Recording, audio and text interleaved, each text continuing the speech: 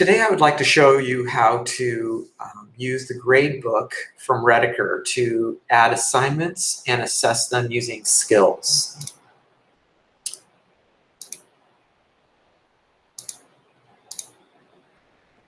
The first thing you're going to need to do is open up your gradebook, but if you don't already have it bookmarked, you can go to PlusPortals, log in, and select Gradebook in the upper left-hand corner on the navigation menu.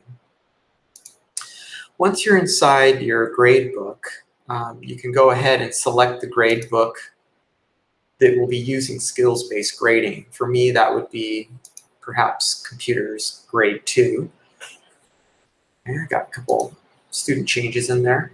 What you'll notice is the gradebook looks relatively the same. It doesn't look much different than traditional grading on how you would do that.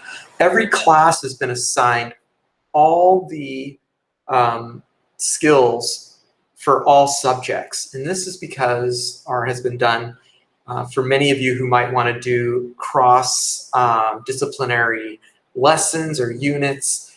For example, if you combined math and language arts together, you can go ahead and add the actual skills from those different categories.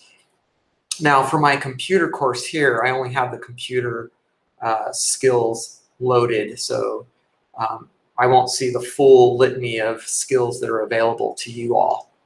So the first thing I need to do is make a new assignment. To do that, I'll just go to the Add column. And in here, it doesn't look much different than any other assignment that you would add. I'm just going to go ahead and put delete me because I don't want to keep this. I'll go ahead and put test as the description. You have to have a description in here or it won't let you proceed. The category, you can change whatever category you want, but this will be classwork for me. You have to have points even though you're using skills. You still have to kind of put points in there. I'm not really sure why that is, but you do. You can go ahead and do the due date, make sure the marking period is correct. If this is incorrect, it means when you were viewing the gradebook originally, before you clicked Add Column, you were in the wrong term.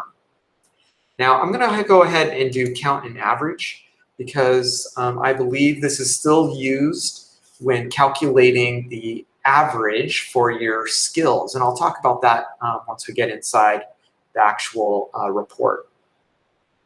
So I'm going to go ahead and now when you see down below, you can see a link skills and standards. If I go ahead and select that, you should see all the skills available to you. For me, for my computer course, it's just going to be the technology ones. So you can pick and choose as many as you like.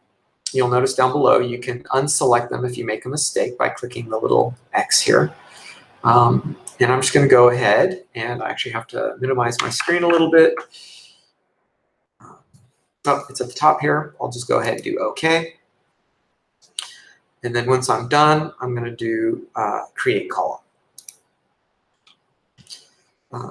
This is just giving me a warning because I'm not making this public because I don't want the parents right now to see this because it's just a demonstration.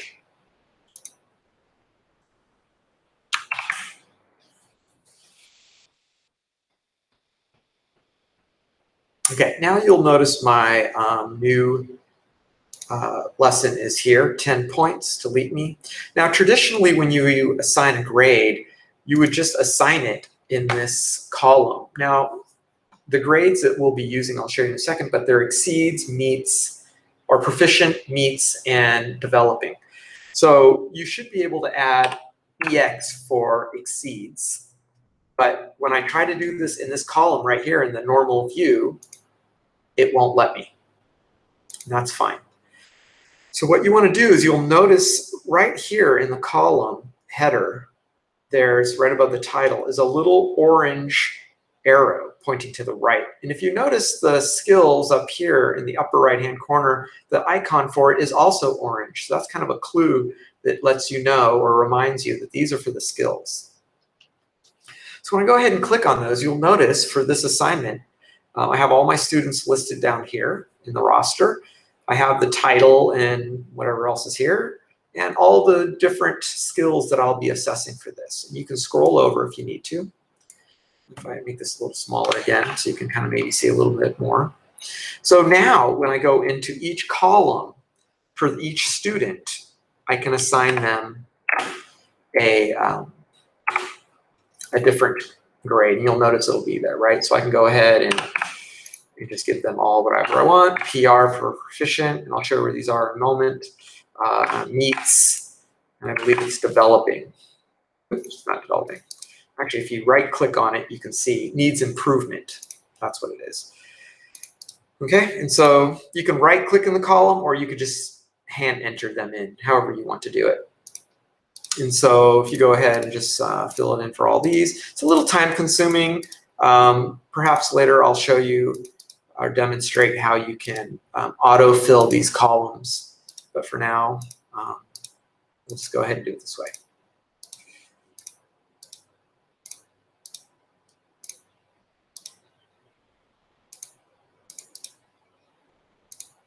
Okay, so I'm almost done here. Let me just do a couple more.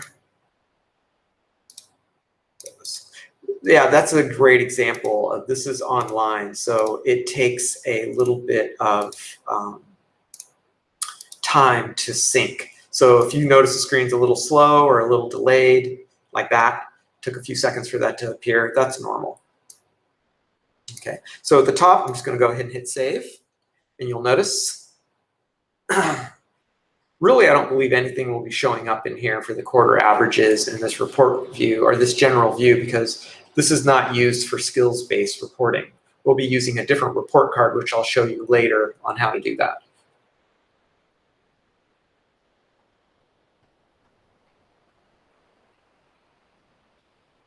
Okay, now that I have this here, if you want to see in general, no matter how many assignments you have, you want to see the overall performance of the students, you can go to Skills in the Commands section in the upper right-hand corner.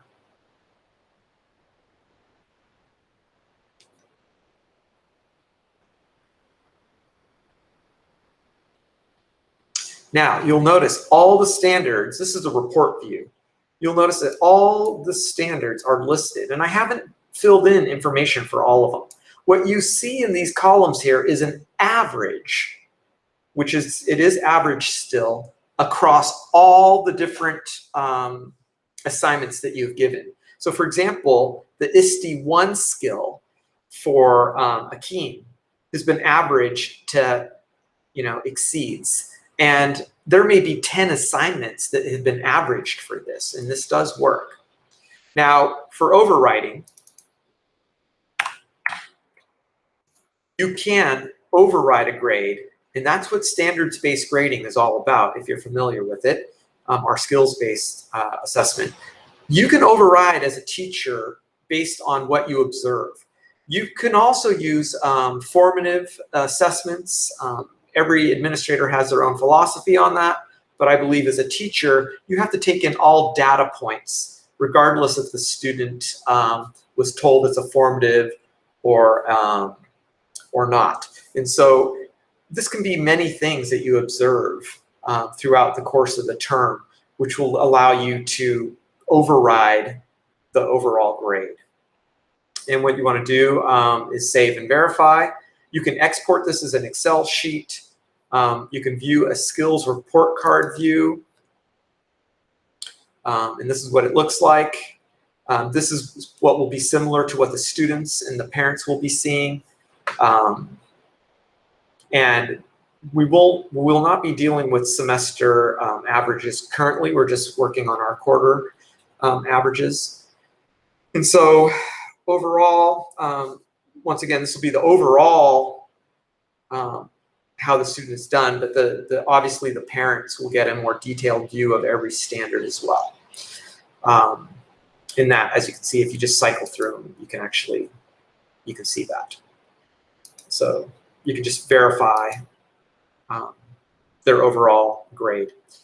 Once again, if you want to export this, you can do it to Excel. If you want to manipulate or use another program to track changes of your students and their performance, you can do that. You can do that too. That's really it for the initial adding assignments, entering the skills grade, and looking at the overall performance. If you have any questions, please email me. We can arrange for a virtual meeting where I can walk you through any of these steps. And once again, you can listen to your administrators of your division for further instructions on how to do this.